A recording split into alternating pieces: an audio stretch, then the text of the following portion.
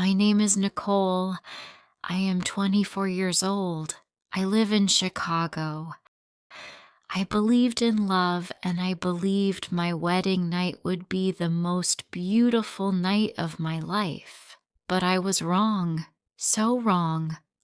I smiled like every bride, but that night, I lost everything. It was not the beginning of love. It was the end of me. My marriage was arranged. He was my father's best friend's son. I had never seen him. I did not get a chance to talk to him, not even once.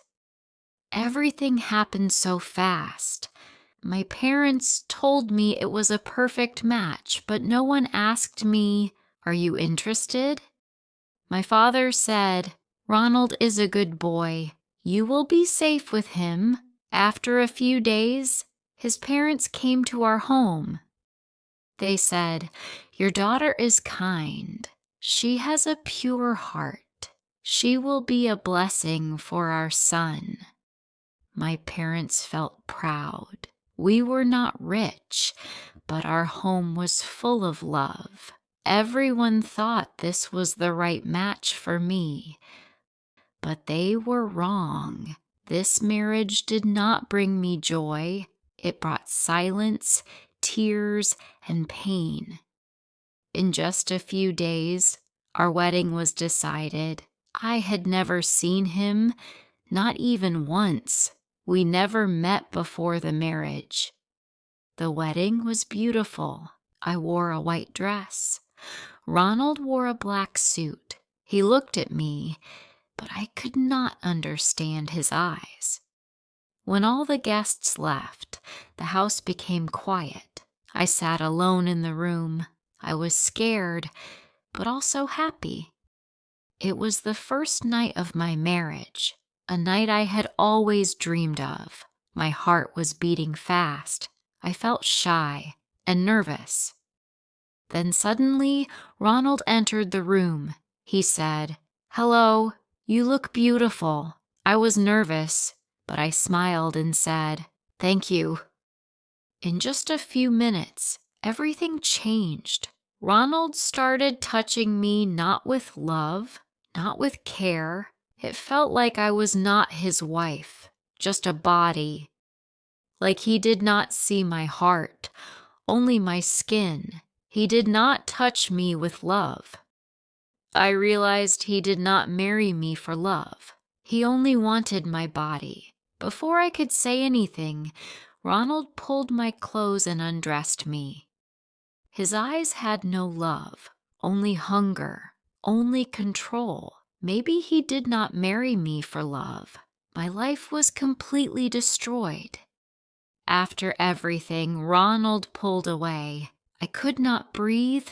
My mouth opened, but no words came out. I stood there shaking. I felt used and broken. Ronald looked at me. His eyes were full of blame. Then he said the words I will never forget. He said, "You have already been used by someone else, right? You are not a virgin." My heart stopped. I could not believe what I was hearing. I just stared at him, and again he said, "You are not pure. You lied to me." That was my wedding night. Instead of love, I got blame. I got heartbreak. I was only 24 and my whole world had broken. I kept asking myself, why did this happen to me? I grew up in a safe home, a house where no man ever crossed the line. I was taught respect, values, and love. Then why did he blame me? What did I ever do wrong? Why did I deserve this? Was it because I was not a virgin? His love was only for one night. I felt so ashamed of myself. I realized my life was not safe anymore. Then Ronald said something that broke my heart. He said, "Tomorrow morning, I do not want to see you here. Go back to your home. Don't tell anyone about this night." I froze. My world stopped. I cried the whole night. In the morning, I packed my things with shaking hands and left quietly. When I arrived at my parents' house, my mother cried as soon as she saw me. My father stood in silence. They kept asking what happened, but I had no words. I just kept thinking, how will I tell them? What will I say? Who will believe me now? I sat on the floor feeling empty. In just one night, everything was gone. My dreams, my respect, my peace. Then I started hearing things. People said I had a secret boyfriend. They said I was not faithful, that I cheated on Ronald. Ronald told them all those lies. I cried in the morning. I cried in the night. I could not eat. I could not sleep. I held my parents' hands and said, "Please believe me." They said they did, but I saw the pain in their eyes. For weeks, I stayed in my room. I did not speak to anyone. People started saying things behind my back. They said, maybe she really did something bad, but no one asked me the truth. No one wanted to hear my side. They all believed his words, not my tears, but I stayed silent. Months passed, but the pain stayed in my heart. One day, I saw Ronald at the mall with another girl. She looked beautiful and rich. When Ronald saw me, his face changed. He slowly walked towards me. He said, "Nicole, I'm sorry." My heart beat fast. Tears filled my eyes, but I stayed silent. Then he said, "I chose her because she had money. I thought rich girls were better, but they do not love like you. They do not cry or pray for me like you did. Please forgive me."